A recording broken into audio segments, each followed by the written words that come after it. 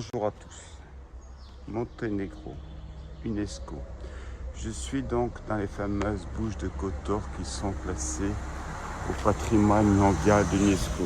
Une histoire qui monte de l'Antiquité jusqu'à, si je puis dire, la chute du mur de Berlin.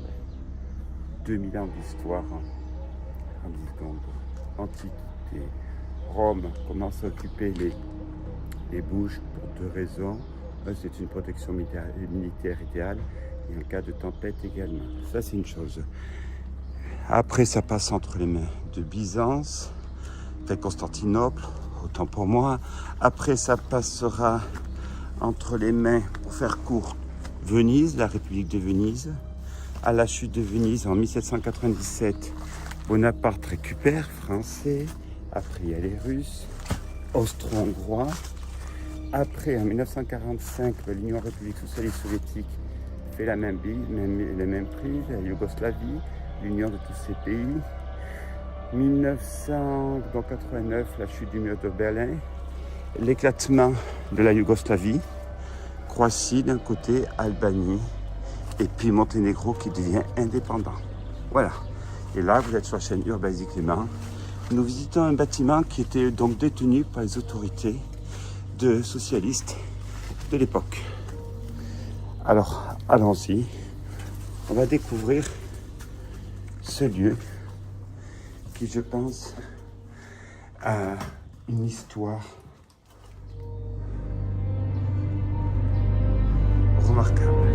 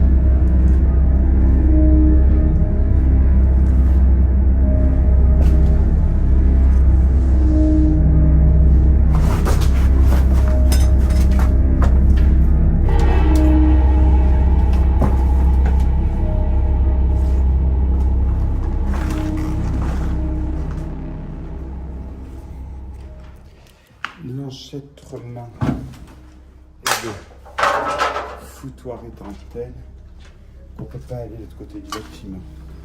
Et de l'autre côté, le problème, c'est qu'il y a un groupe de grands-mères qui surveillent avec, si je puis dire, une performance hors norme. Donc je ne vais pas aller chercher des ennuis pour un site, même si l'histoire est sous nos yeux.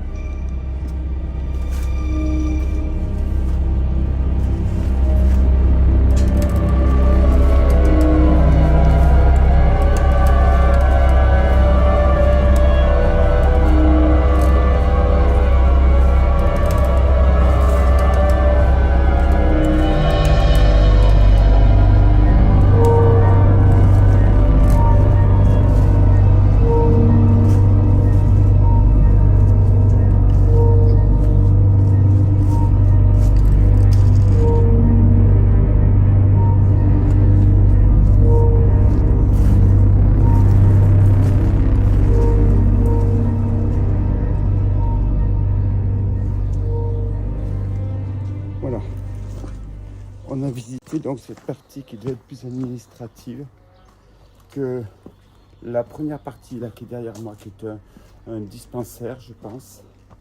Et vous avez une autre partie qu'on va pouvoir voir d'ici, que j'ai visitée, qui est plus administrative. Allez, continuons nos explorations ici, donc au Monténégro.